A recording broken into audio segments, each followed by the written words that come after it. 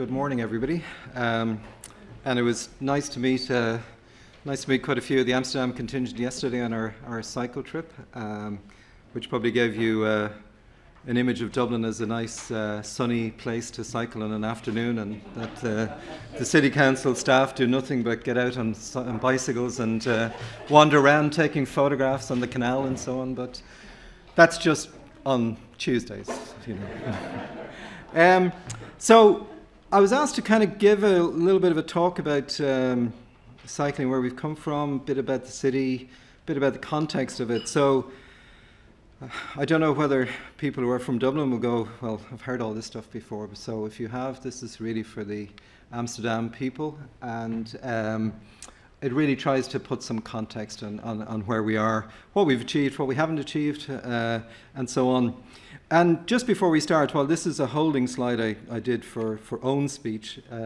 It's actually remarkable for one thing, which is if you look at this line here, this was the original line that we were going to use for the interim Liffey cycle route, because this was a line of parked cars. So the interim cycle route was going to take out the line of parked cars and put the cycle track in here. And initially, when COVID struck, that's exactly what we did. And the first time we did it, we found that everybody walked on it because it was COVID, it was lockdown, and so on. And also we found that there was very little space, there was very little cars out here. So instead of that, we put the cycle track here, put the protection here, and we've removed these bollards now. But this was kind of for people to also exercise as well. So during COVID, as Owen said, it was remarkable how much stuff you could actually get done at that particular point in time. So, for some reason, this is not going on. So, this is a nice photograph from way back when Dublin was really a cycling city. So, in common with most European cities, you know, back in the 20s, 30s, 40s, 50s, you had mass numbers of cyclists in the city. And in fact, we had, and you can see just about there, we had an extensive tram network in Dublin. And of course, cyclists kept on coming off on the tram network. So when the trams were finally removed in 1948, a lot of cyclists thought this was a really, really good thing, because it meant that their streets were safe to cycle. And of course, you know, fast forward to 2016, and we're putting back in the tram lines in exactly the same place, practically, that we took them out in 1948. So that's, you know, just as in common with most cities, we had loads and loads of cycling, probably up to the 70s and 80s, and then, you know, we started to see a complete decline. As Owen mentioned, when he became director of traffic, the traffic department suddenly had to find bicycles and start cycling around the place, which was a shock to the system, but probably meant that most of us actually lived a lot longer thanks to him, you know, so he's had quite a good influence in that way. And so it kind of meant a different kind of focus, I suppose, came in. And as he said, there's been about, I suppose, 2 decades of slow change and reprioritization and shift. I suppose just in the transportation context, you know, we do have a historic city core. Greater Dublin area, people were asking me, it's about 1.4 million with the other local authorities around us. The Dublin City Council areas itself is about 550,000, but it's the city, it's the centre, so it really kind of drives the whole region of Dublin. We've Ireland's biggest port, 2 kilometres from the centre, so that's quite a factor in the fact that Dublin area is the main driver of the Irish economy, whatever way you look at it, whether it's the airport, the port, manufacturing and so on, and, you know, increasingly that's software and intellectual, I suppose, manufacturing. There was quite an innovative and far-reaching study done in the early 1990s called the DTI, the Dublin Transportation Initiative, which brought together local authorities in business, etc., academia and so on. And the final DTI report recommended a whole suite of measures. They recommended reintroducing the light rail, putting in place quality bus corridors, putting in place cycle tracks and so on. And they also made a policy decision that whatever we built from that point on should not increase the number of private cars entering the city centre. So it was an admission that the city, to get out of congestion, to cater for growth and so on, it couldn't be through private car use. So as I say, it was quite a quite a visionary statement. And I suppose, bringing us up to date at the moment, the main projects that are ongoing, as I say, the tram was reintroduced, quite a number of quality bus corridors were put in place, and now we have a major project called Bus Connects, which the NTA are running, which is to take those corridors, kind of bring them up almost to light rail standard in terms of priority and in terms of space that they occupy. We also have the Metrolink. We've had a long kind of painful history about trying to build a metro. I think it was 2009, myself and Tim Brick, the late Tim Brick, went to Amsterdam to have a look at the metro that was being built there. And at that stage, our metro was due to open before the Amsterdam metro. Well, that didn't work out too well at all. Yeah, it did. But so unfortunately, we had a project to do Metro North, as it was called, Metro to the airport and out to Swords. We had the Dart Underground project. We had a light rail project. So it was quite a big series of initiatives. The financial crash put paid to the two big ones, the Metro and the Dart Underground, the heavy rail underground in Dublin. And so what was left was the light rail system, which is what you see going through the city centre. So as a result of that, whereas our Metro North was due to open in 2016, our new metro, our second attempt at metro, is not due to open now till about 2030, 2032. So what you're looking at is really a lost decade and a half, probably, of mass transit investment in the city, which is really, really, really a very difficult thing for a city to go through. And if everything that was planned for at the time had been built, we'd be in a much better position to be able to have transitioned the city to a low traffic one. We would have had those mass transit options, but unfortunately we don't. So we're now going back through a lot of this. So the expansion of the heavy rail is starting again. Lewis Light Rail we've done the Cross City one, which is a really difficult one. And then moving out to some of the outer areas, though some of these again won't be delivered till 2040 or after 2040. We also have the cycle network, which as part of the original bus corridors, we would have put in quite a lot of what would have been the standard at the time, which was really paint, to be honest, not a huge amount of space allocated for it. And that's something that now, with this whole process, that we're really starting to build on. And the enhancement of the public realm is also a key item to take particularly the city centre, and to really start to enhance it, to remove quite a bit of the traffic out of different places, and to turn it more over towards the citizen. One thing to note is all our transport at the moment is on the surface. So we don't have an underground, we don't have anything underground at all. So when people are saying, well, I don't like cycling beside buses, the buses are the main carrier in the city, they're on the same space. It's tricky if we don't have those kind of bus corridors, we don't have a mass transit system. So we don't have, any way of moving a lot of people. So until we start to get something like the metro going, until we start to see that kind of happening, we'll still be very much a surface city where the space and the surface will become the really key element, Right, Antonio, I think you're... I think that's a sheer sign that maybe they don't want to see the rest of my slides. Now it should come up in a minute, sorry. Oh, that's okay, password incorrect. I'll try it again. Oh, what was it? Oh, maybe the caps lock is on. Is it on? Maybe you changed it. Yeah. Right, grand.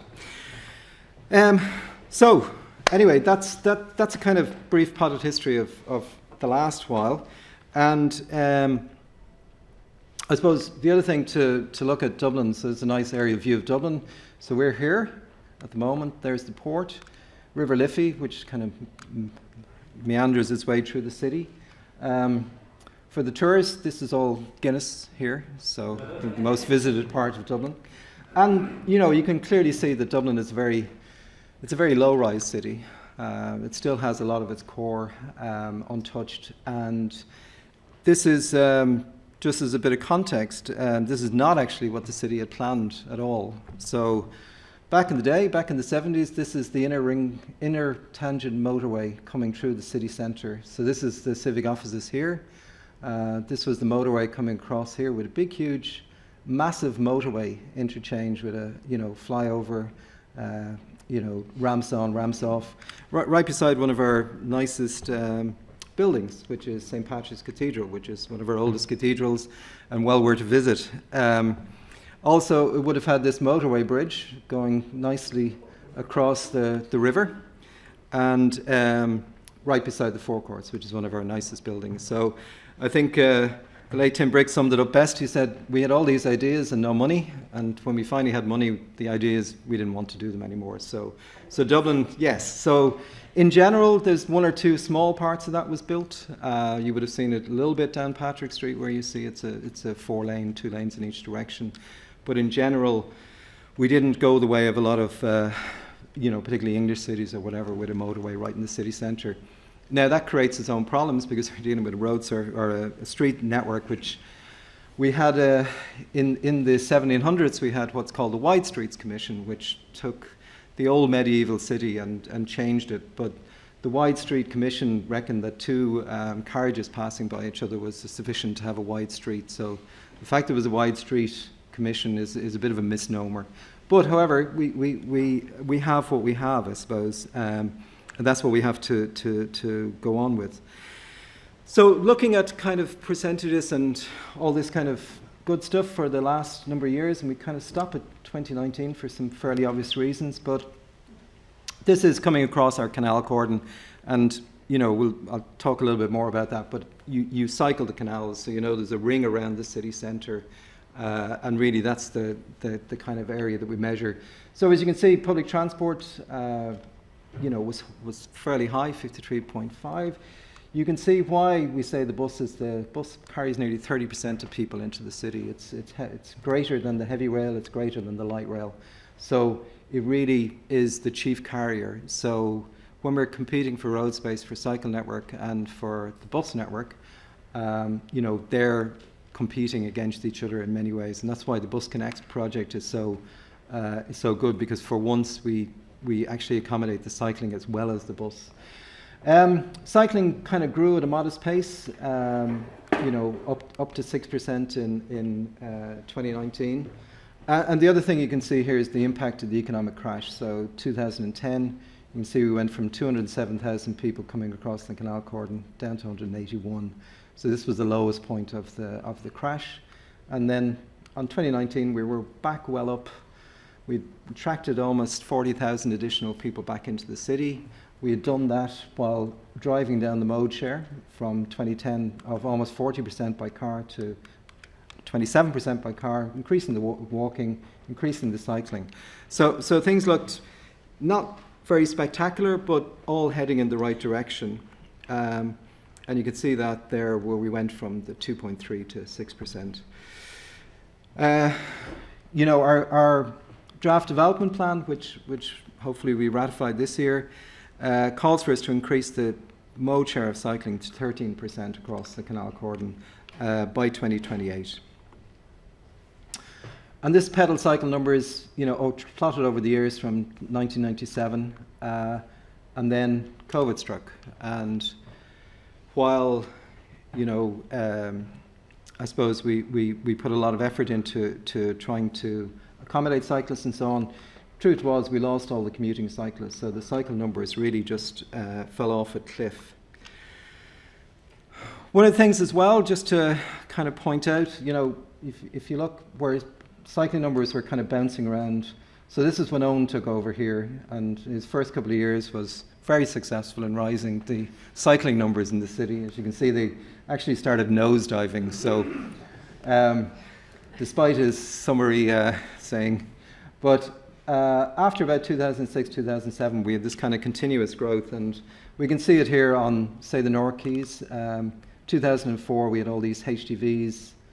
By 2018, our cycling numbers well exceeded. Cyclists grew by 277%, on the North Quays, by 336% on the South Quays. And the reason for that, over that particular period of time, was we built the port tunnel, which took the trucks out of the city. So we removed about 5,000 trucks off the quays per day. And that had also, what we did was we put in this cordon from which 5-axle trucks, the larger trucks, are banned unless they have a specific permit. And what the result, if you look at fatalities, the average fatalities over that time period versus the corresponding time period after the tunnel, you can see the impact. And by the way, you know, it's a classic economist dream, the tunnel, because we charge the cars €10 in the morning and into town, and €10 out of town in the evening to try and discourage them. So this is about 24 square kilometres covered by this cordon. So just going back to cycling numbers, and just more recently, so this is 2019, where we would have been previously. And this is our weekly cycling numbers, rather than just coming across the cordon. It would be from the various different counters that we have around the city. So it probably gives us a slightly better viewpoint. And you can see here in 2020, obviously the cycling numbers kind of disappeared and then started creeping back up. We can see that 21 as well. And then 22, again, they're not where they were before. But one of the good things is that the weekend cycling started to take off. So again, this is 2019, so you can see weekend cycling is fairly flat. 2020, as soon as the pandemic hit, we got this huge spike in cycling. And really that was due to 2 kilometre, zone that people had to stay within 2 or 5 kilometres. And it meant there was a lot less traffic on the roads, so people got out their old bikes and started cycling. And that trend is actually thankfully continued all the way through 2021 and so on. So we know there's an appetite there for cycling. COVID, though, took away our peak. So our cycling profiles were very much commuter cycling profiles in the city. So you can see here, very big morning peak, slightly elongated evening peak, and then with COVID and going back up even to 2022, we're starting to slowly see that. So we're seeing the impact of a number of things, people working from home, students not back fully, the fact public transport isn't full, and the fact that despite what people think is our best efforts, people that can actually still drive in the city. So people have been doing that. So, and if we look at pedestrian numbers nosedived as well.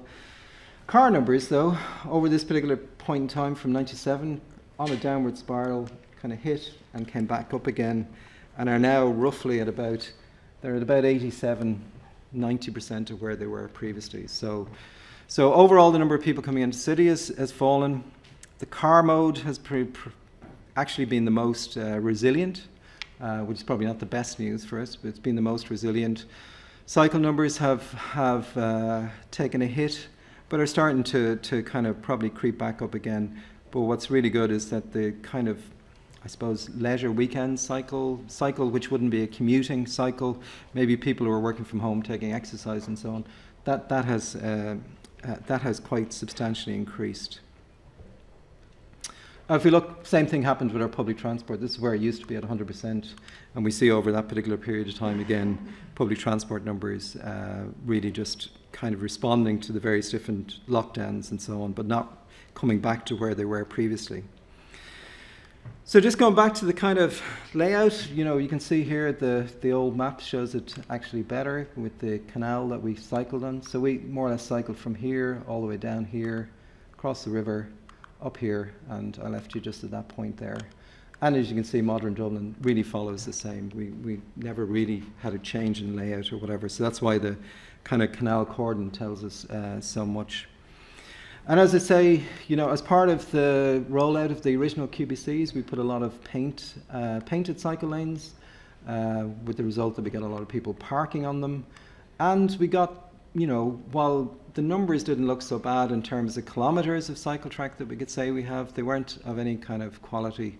And so when we had Velocity here in 2019, we had this kind of comment, clearly shocked at cycling conditions, again, people complaining about being close to buses and so on, and I know that was a comment from yesterday as well.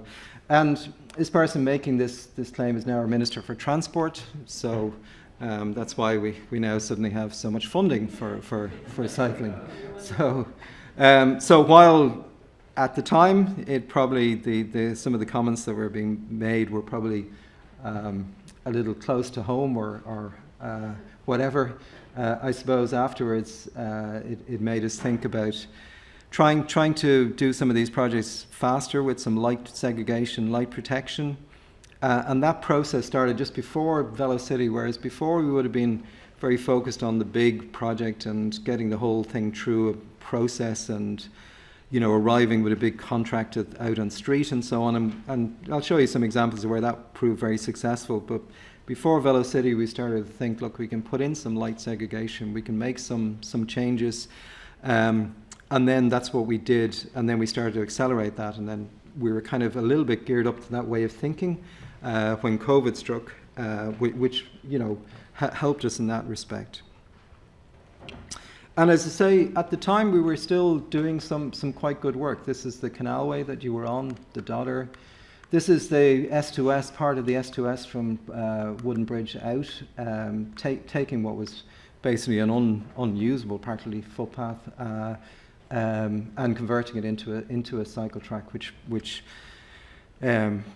you know, made a missing link in a really a 10-kilometre long cycle track. So that was hugely successful. This is one of our tram shelters from when we had trams, and so as part of the project that was restored. So it's a really excellent project, which Chris Manzira, you know, takes a lot of credit for, and deservedly so. So,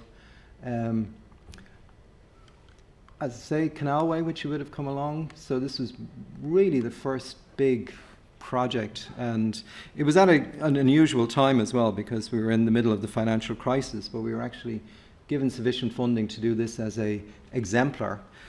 I suppose the problem was there was no funding to keep on doing exemplar projects at that particular point in time. So bear in mind, as when I showed you the lack of numbers coming into the city, that was because of a financial crash which really killed the big projects. Also killed money for this kind of thing as well. So we went through a good few years of very little funding, very little staff, very little ability to do any more than kind of plan for when we had money. So there wasn't a lot that we could actually put out on the street. So this particular one opened in 2013. The Royal Canal Phase 2, which is the next continuation that we did of that, only opened in 2020. So as I say, we lost, as well as losing a decade and a half on the big projects, we probably lost the guts of a decade on even the cycling projects in terms of funding and in terms of staff to do it. But this is where you cycled yesterday. It was an old wasteland, you know, and as you saw, built a park, made it safe for cycling, put this new link then there. So, you know, this is it in construction.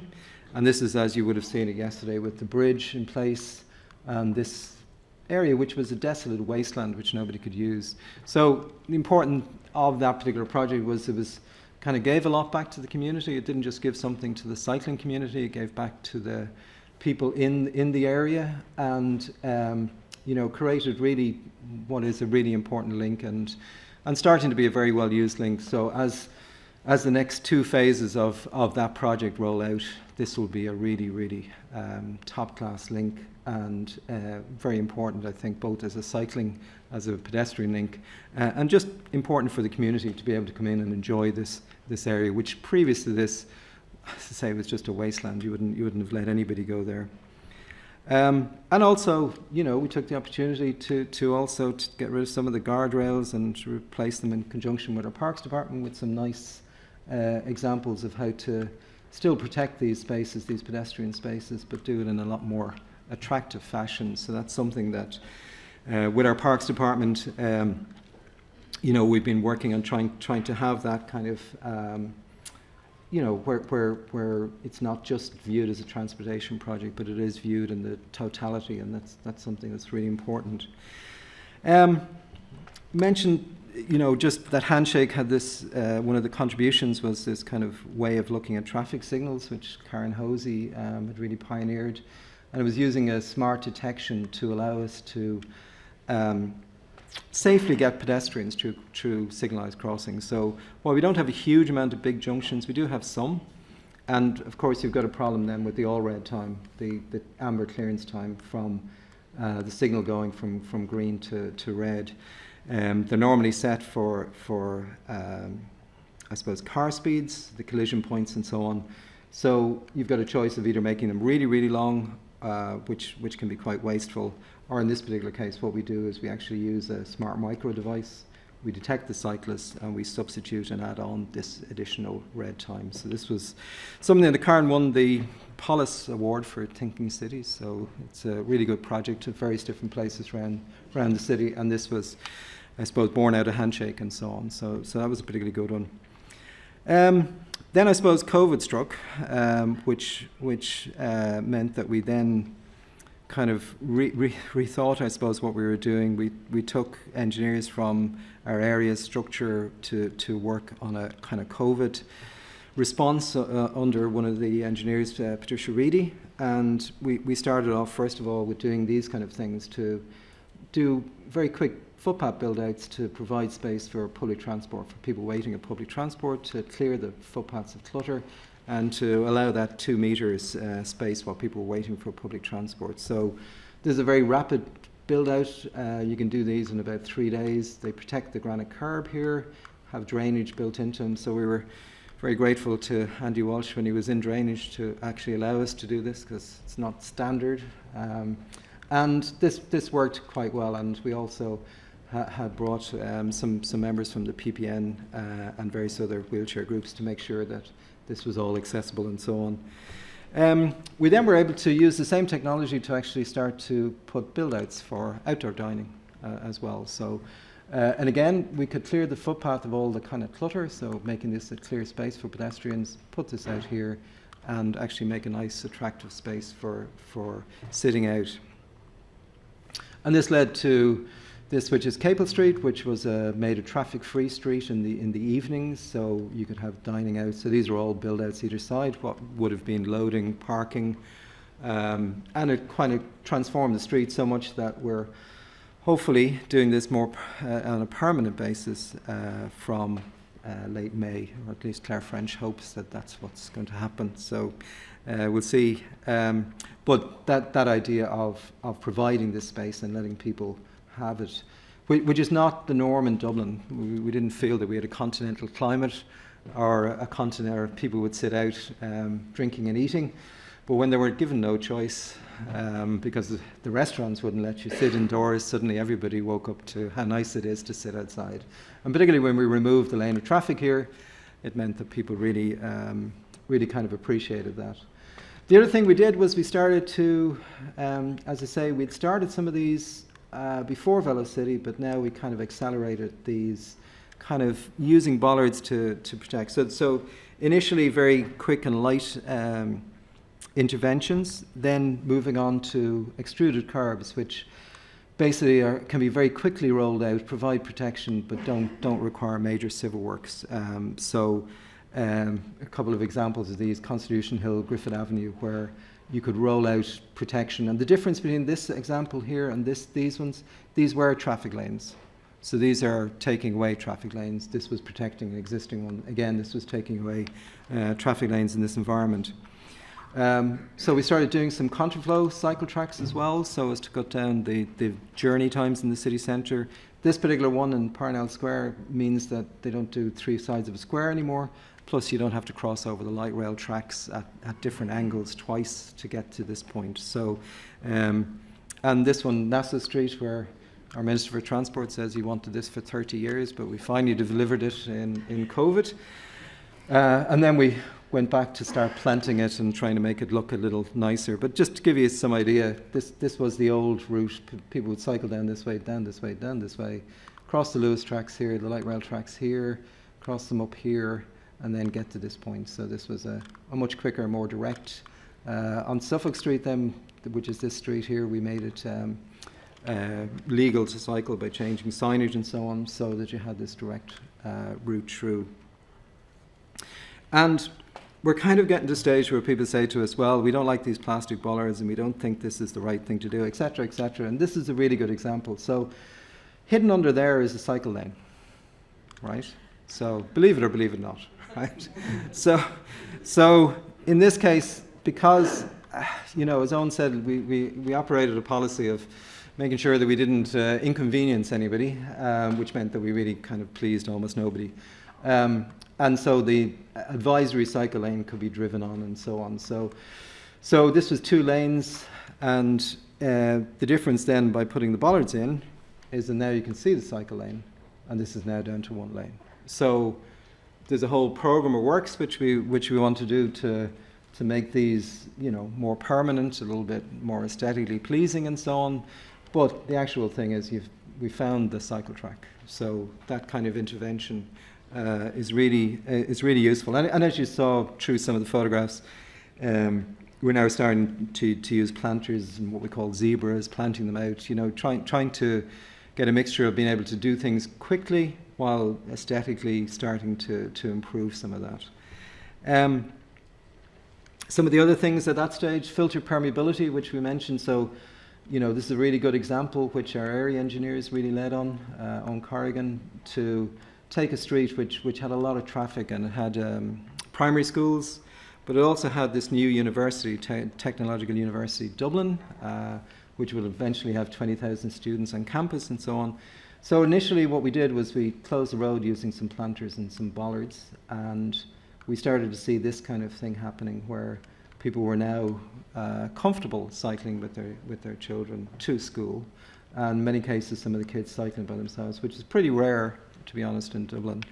And we were able to then take that layout and actually make it permanent. The local area councillors, there was some toing and froing over a number of months with people who complained about additional traffic in various different areas and so on. But in the end, this was agreed that we should make this permanent. So removing all the cars here, putting in planting, and the net result really here is a really, really nice scheme which ties into that university area, and which, as I said, allows this kind of thing where we've got rid of the temporary planters, put in permanent planting with our Parks Department again, and now, it's a very good example of a scheme that we want to try and roll out in more places. And the other interesting thing about this scheme is that this was the community actually. Some of the residents groups wrote into us during the COVID, because what we did during COVID was we set up a COVID email, and we said if you have a request form, and we said if you have requests, you can send in the requests to us. So you can say, do you want to have X, Y, and Z? Do you want wider footpaths? Do you want more space, etc.? And those requests, while we couldn't do all of the requests, they formed a good basis for a lot of what we did. So in this case, there was a number of residents' associations came together and said, can you do something here to lessen the traffic? And there was true traffic all the way through here. So it was a classic kind of, I suppose, rat run through at relatively high speed, because it's actually quite a wide road. So the impact of that was quite significant. School zones were another thing. This idea of using these quite nice bollards, which look like pencils, but don't ever drive into them because they're solid. Okay, so they're not flexible, they're not bendable. They're solid, and they're there for a specific purpose, which is to stop people trying to park outside the school gate. So leave some space for the kids, leave some space here, and force whatever parking is going on to be further away from the school, so you have a better zone there. We also do these markings on the road as well, around the school zones. So Niamh, that's here, is the person who deals with both the good and the bad of these schemes, the parents who protest and the parents who like it very much. So we've done almost 70 of these, I think, at this stage. So they're a very major kind of thing. And as Niamh will tell you, everybody loves them, don't they, Niamh? And, well, at least the children love them. Cycle buses, Donna herself. This is Donna's cycle bus. So our kids said, next we're going to get dinosaurs. So this again became, something that parents, and you can see here there's a school zone where they go to. And again, this is something that we encourage we provided quite substantial amounts of cycle parking to schools. So there's a whole program for supplying primary schools with cycle parking, cycle and scooter parking, which went through, I think, 13, 14 phases of rollouts. So we're still doing this. We're still doing the school zones. We have about another 50 or 60 to do. We have safe routes to school projects, which we need to do.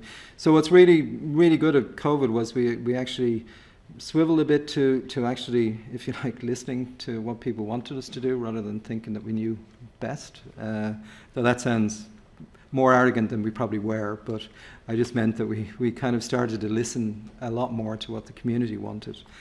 And, you know, as I say, we opened up a request form. We got about, I think it was about 6,500 requests in. We did some work just to see what did people want. And you can see protected cycle lanes, very high up with members of the public, residents, commuters, public reps, green schools. You know, we had pedestrian areas, footpath widening, cycle facilities, outdoor seating areas. So I think what's kind of interesting is we have a lot of requests for protected cycle lanes. When we come down to retailers, zero, but huge amounts for outdoor seating. So employers, though, had wanted it, so visitors to city and so on. So they really, between cycle parking and protected cycle lanes, the outdoor seating areas, this is what I suppose a lot of people sent in to us. We did quite a lot of the requests. We didn't do all of them. It's closed now, but what we're doing is we're analysing what we've got as allowing us for our area engineer structure to start to address some of these areas. Antonio Martin, that's organised everything to do with this event, is also busy working on our walking and cycling action plan with engagement with a councillor. So Councillor Janet Horner is here, who leads that as well from our walking and cycling subcommittee. Again, that's trying to take a lot of the learnings during COVID and actually start that kind of community led action plan. So that's something that we hope to bring out this year. Bike bunkers, we're trying to normalise the use of bikes. So you would have seen on the cycle yesterday various examples of bike bunkers throughout the city. So we're moving to putting a lot more of these in. We have a cargo bike scheme, which we subsidise the small and medium enterprises to use cargo bikes for 6 months to start that transition from their vans. And that's been very successful. Jennifer is leading that.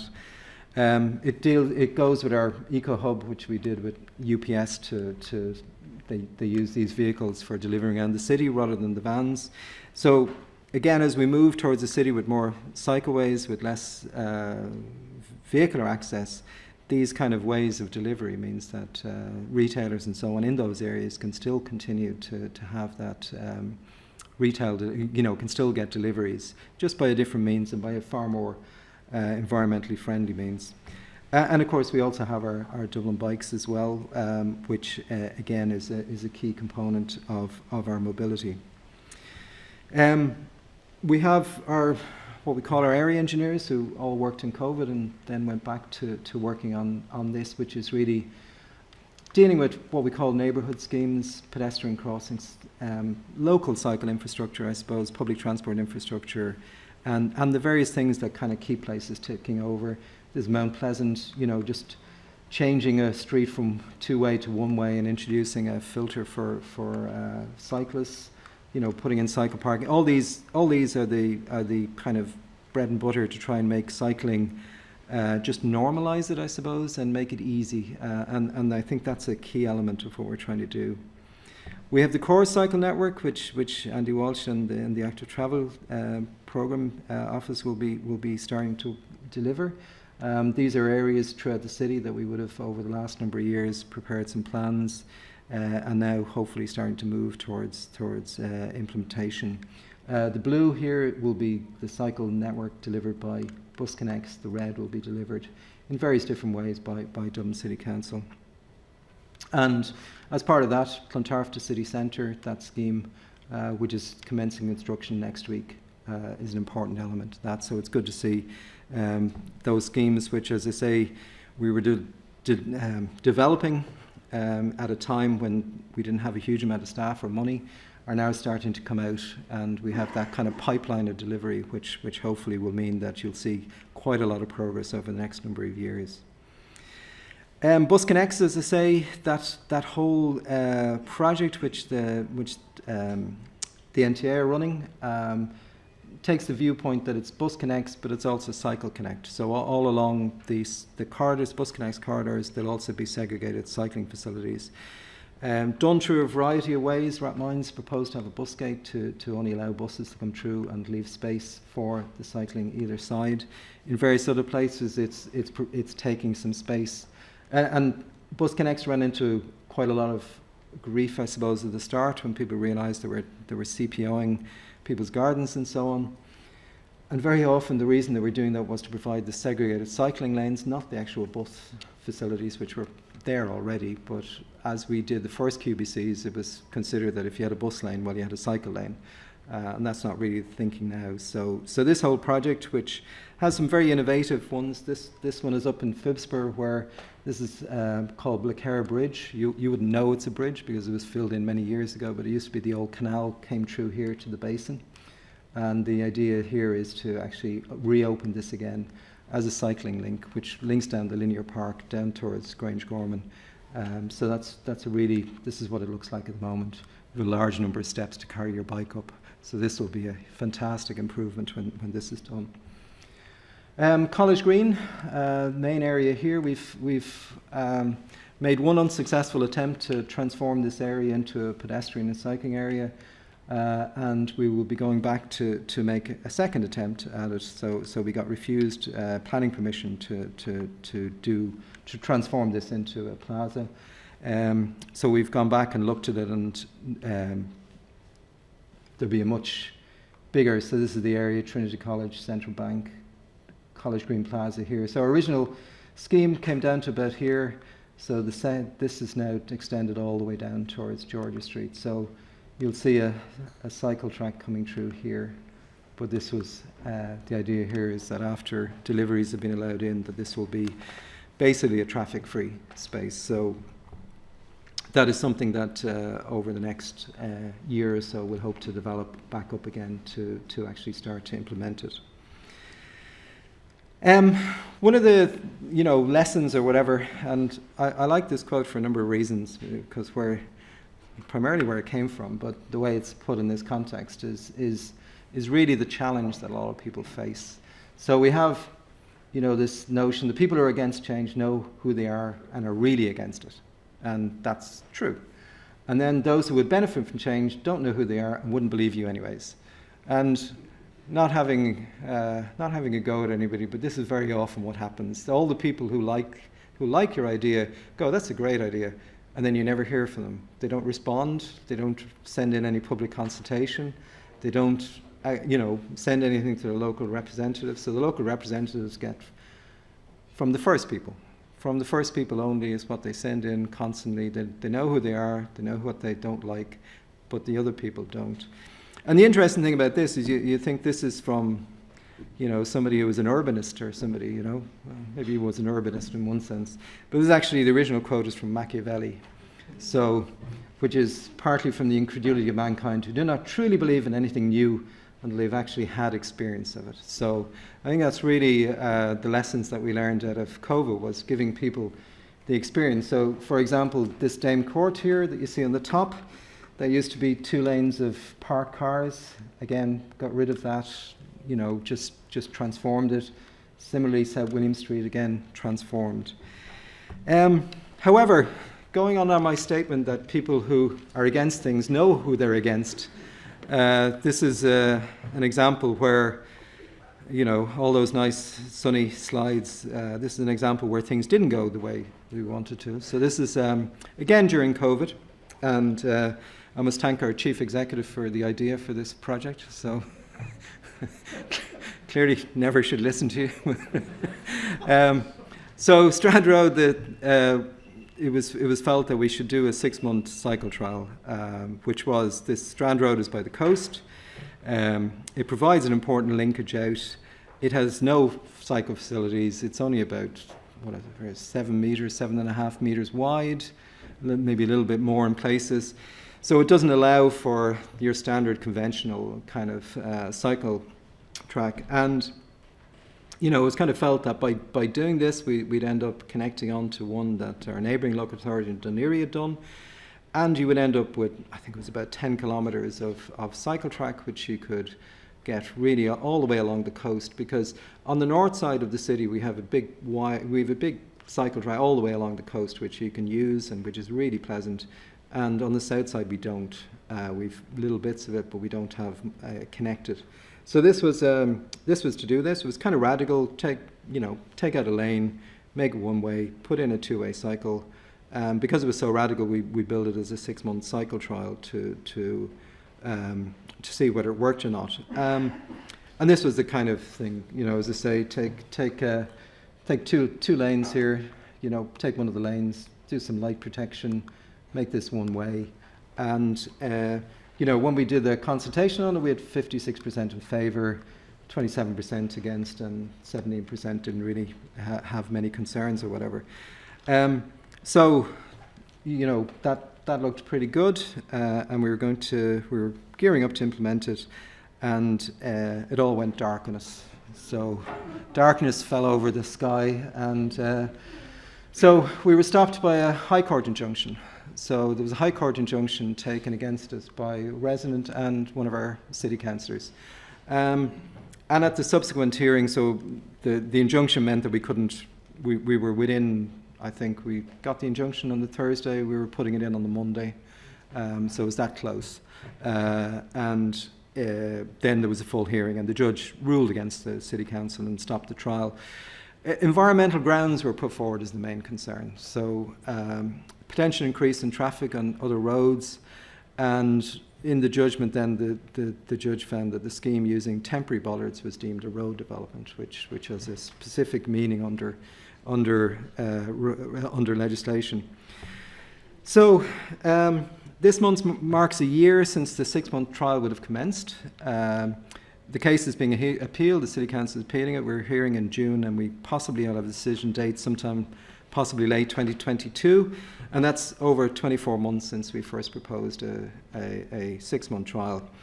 And I think the thing about it is that this was a scheme to reduce car traffic by half beside a UNESCO biosphere and a special area conservation.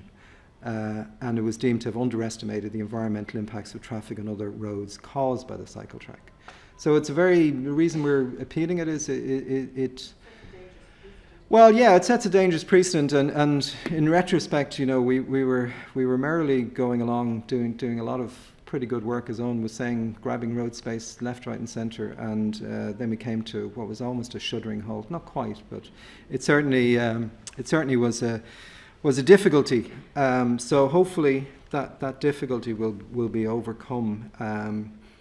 Because otherwise we could have taken you on a cycle instead of going the canal. We could have taken you out along the south coast instead of having to take you on the north coast. So hopefully that will be appealed, or that our appeal will be successful, but we wait and see. So I suppose in conclusion, our draft city development plan requires a 45% reduction in car traffic in the city by 2028. Okay, that's what the target sets out. That's what the elected members will set the executive, I suppose, and themselves the target of. And I suppose, when we can't reduce traffic on one road, that's pretty difficult. So it's a challenging one. And look, as Owen was saying, for climate action, the city needs to move towards a low traffic city. And I think sometimes, we put every mode of transport against each other, and that's not really what we're talking about here. What we're talking about here is moving towards a low traffic. So it's not that there won't be traffic. It's not that everywhere will be just an oasis if you can walk and cycle. And we know everybody can't walk and cycle. We know, we have to cater for all the people. But we have to, make it so that the traffic volumes are a reflection of who needs to use it rather than who finds it the easiest mode to use. As Owen was mentioning, we now have funding. We've growing staff resources, an active travel programme office under Andy Walsh, and a suite of projects which Chris Manzier in particular has been developing for some time. So we you know, we're kind of optimistic in that. And I suppose we could sum it up as and this is what this whole symposium is about, I suppose, to maybe learn from Amsterdam, is how do we move to the next step. So we know it's difficult. Process of change is difficult. How do we move people along? And I suppose the fundamental thing is, you know, our goal really is to overcome the inherent attractiveness of the private car. And as somebody who's been cycling for years, because as I said, when Owen Keegan came in, he made us all cycle in the traffic department, which, you know, probably helped us all. But, you know, sometimes when you go home and you're either wet or some car driver comes so close to you that you're feared for your life, you kind of go, this is a stupid mode of transport. And, you know, my private car is so much better because it'll take me anywhere. But that's really the challenge. And, you know, it's not setting ourselves against the private car. It's really just saying, you know, while we overcome the inherent attractiveness of the private car, it's to make some of the other modes more inherently attractive, I suppose. So with that, I'll conclude and look forward to hearing from Amsterdam and how we can be helped along this perilous journey. So thank you very much.